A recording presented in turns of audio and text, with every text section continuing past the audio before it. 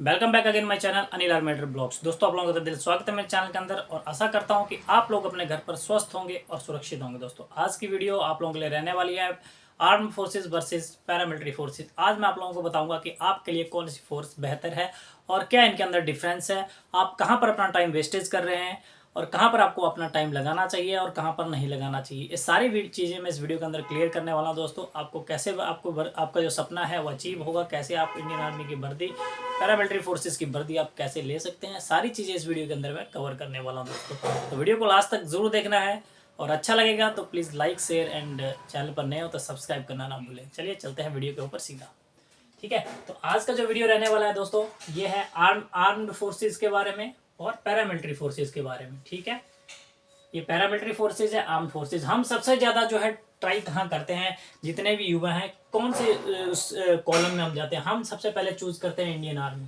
ठीक है ना, पर मैं ये बोलता हूँ कि आप इंडियन आर्मी क्यों चूज करते हैं। सबसे पहले पहले मेरा क्वेश्चन ये सब आप लोगों के लिए है, इसका आप मुझे कमेंट में जरूर आंसर देना। ठीक है, सेकेंडली हमारा टारगेट होता है एयरफोर्स।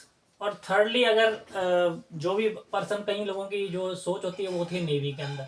तो ये तीन जो है आर्म फोर्सेज हैं जिनके अंदर आपको सारी फैसिलिटीज़ मिलती हैं।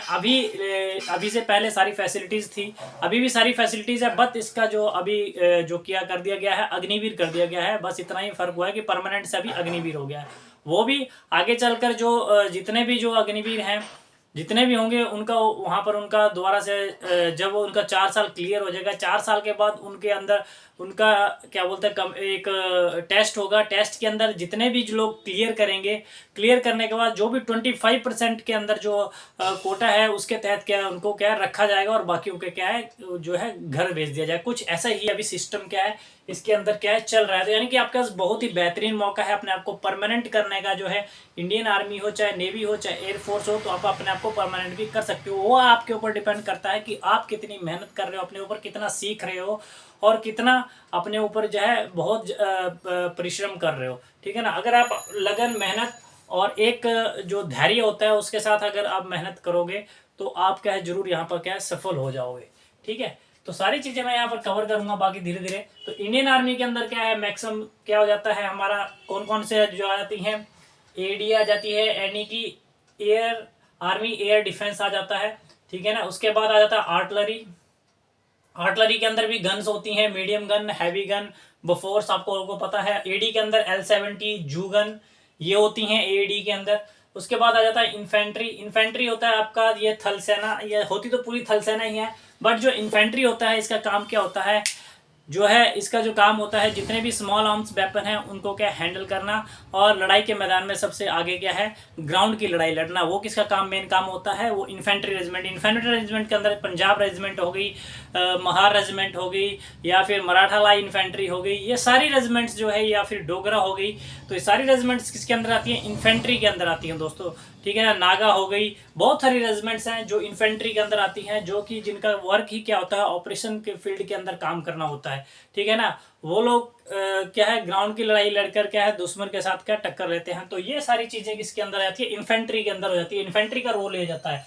ठीक है ना, उस रोल को कौन पूरा करता है पीछे से, वो करता है एएडी, यानी कि आर्मी एयर डिफेंस। किसको बचाता है, जो आपके पास अगर लड़ाई के दौरान अगर हवाई हमला होता है तो हवाई हमले से बचाने के लिए किसका काम होता है, एएडी का काम होता है। यानी आर्मी एयर डिफेंस तैनात हो जाती है अपनी, और वो जितना भी हवाई हमले होते हैं उन फाइटर एयरक्राफ्ट को वो यहाँ से नष्ट और नाबूद करने के लिए तैयार रहती है। उसके बाद बात करते हैं हम आर्टलरी की। आर्टलरी किस लिए होता है, आर्टलरी फायर तब की जाती है जब हमें दुश्मन को अगर हमें भटकाना है, दुश्मन को ऊपर आरटी सेलिंग करते हैं ताकि दुश्मन का जो है ध्यान जो है उस तरफ केंद्रित हो सके कि आरटी आ चुकी है और अभी क्या है आरटी के जो है गोलाबारी शुरू हो चुकी है। तो उसी कि जब वो फायरिंग करती है आर्टरी, तो दुश्मन का ध्यान किसका तरफ केंद्रित होता है कि आरटी की गोलाबारी किस तरह, उसी की आड़ में क्या होता है इन्फेंट्री रेजिमेंट आगे की तरफ मूव करती हैं।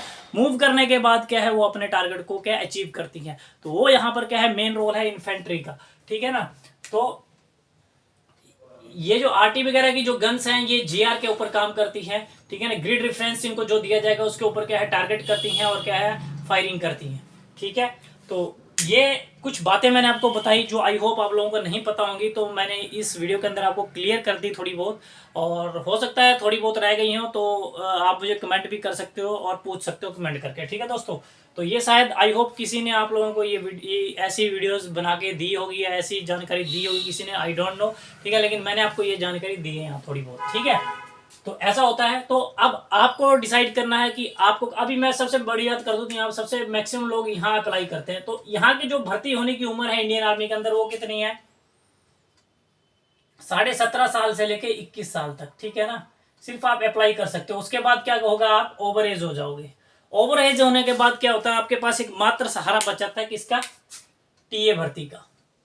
अभी आप इसकी दौड़ में लग जाते हो, ठीक है ना। आपका ध्यान सिर्फ इस तरफ रहता है, ठीक है ना, इंडियन आर्मी की तरफ, ठीक है, इस तरफ रहता है। मैक्सिमम लोगों का ध्यान इस तरफ रहता है, और वो क्या करते हैं, वो इस तरफ भर्ती देख देख के इंडियन आर्मी में एक भर्ती, दूसरी भर्ती, तीसरी भर्ती, चौथी भर्ती, पांचवी भर्ती देख देख के दोस्तों क्या होता है, वो थक जाते हैं, हार मान लेते हैं, ठीक है ना यहाँ पर। लेकिन हार नहीं माननी है दोस्तों, यहाँ पर मैं सॉल्यूशन बताऊंगा इसको आपको, कैसे आपको इस चीज को क्या है अपने रेक्टिफाई करना है, ठीक है ना। सेकेंडली नेवी के अंदर बहुत ही कम लोग सर्व करना चाहते हैं, इसलिए नेवी में इतना ज़्यादा लोग नहीं जाते हैं, फिर भी कम लोग जाते हैं जिनको यहाँ पर क्या है, जो जिनको थोड़ा सा इसके अंदर इंटरेस्ट होता है वो जाते हैं। थर्डली है एयरफोर्स। एयरफोर्स में मैक्सिमम लोग ट्राई करते हैं, लेकिन एयरफोर्स में आपको 70% मार्क्स भी चाहिए, साथ साथ में +2 के अंदर टेक्निकल की तरफ आप PCM होने चाहिए, और 70% आपके क्या यहाँ पर परसेंटेज होनी है, तभी आप एयरफोर्स के अंदर भर्ती हो पाओगे, ठीक है। तो यहाँ पर थोड़ा सा जो कंपटीशन है थोड़ा सा हार्ड हो जाता है नेवी और एयरफोर्स के अंदर, तो इसमें आप थोड़ा सा हो सकता है सिलेक्शन हो भी पाए कि नहीं हो पाए, वो आपके ऊपर डिपेंड करता है। लेकिन इंडियन आर्मी के अंदर कोई ऐसा जो है रेस्ट्रिक्शन नहीं है, यहाँ पर 33% हर सब्जेक्ट में चाहिए, ठीक है ना, यानी कि आप यहाँ पर पास होने चाहिए। यानी कि इंडियन आर्मी के अंदर इतना आपको वो स्ट्रगल करने की मतलब कि वो नहीं है। सिर्फ इसमें स्ट्रगल किस में होता है, आपका फिजिकल एग्जाम जब होगा, एग्जाम के अंदर सबसे ज्यादा स्ट्रगल होगा। अगर एग्जाम क्लियर कर लेते हो दोस्तों अगर आप इंडियन आर्मी का, तो उसके बाद आपका रास्ता बहुत ही आसान हो जाता है आगे इंडियन आर्मी में भर्ती होने का, ठीक है ना।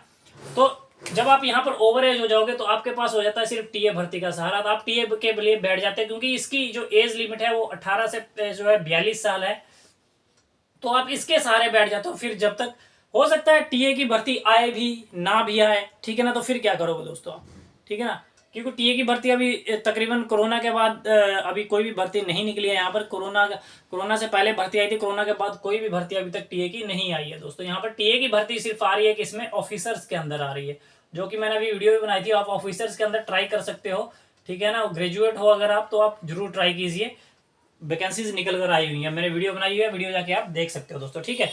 अब आप लोगों का ध्यान होता है इस तरफ केंद्रित, आप इस तरफ केंद्रित नहीं करते अपना ध्यान, जो कि है पैरामिलिट्री फोर्सेस दोस्तों। सबसे ज्यादा वैकेंसीज जो आती हैं वो इस फील्ड के अंदर आती हैं, ठीक है ना। आर्मी में बहुत कम वैकेंसीज आती हैं, लेकिन आप यहाँ देखिए ना, आपके पास कितने सारे ऑप्शन है, CRPF, BSF, CISF, RPF, SSB, IRB, state police, Assam police, Indo Tibetan border police, rapid sport forces और NSG।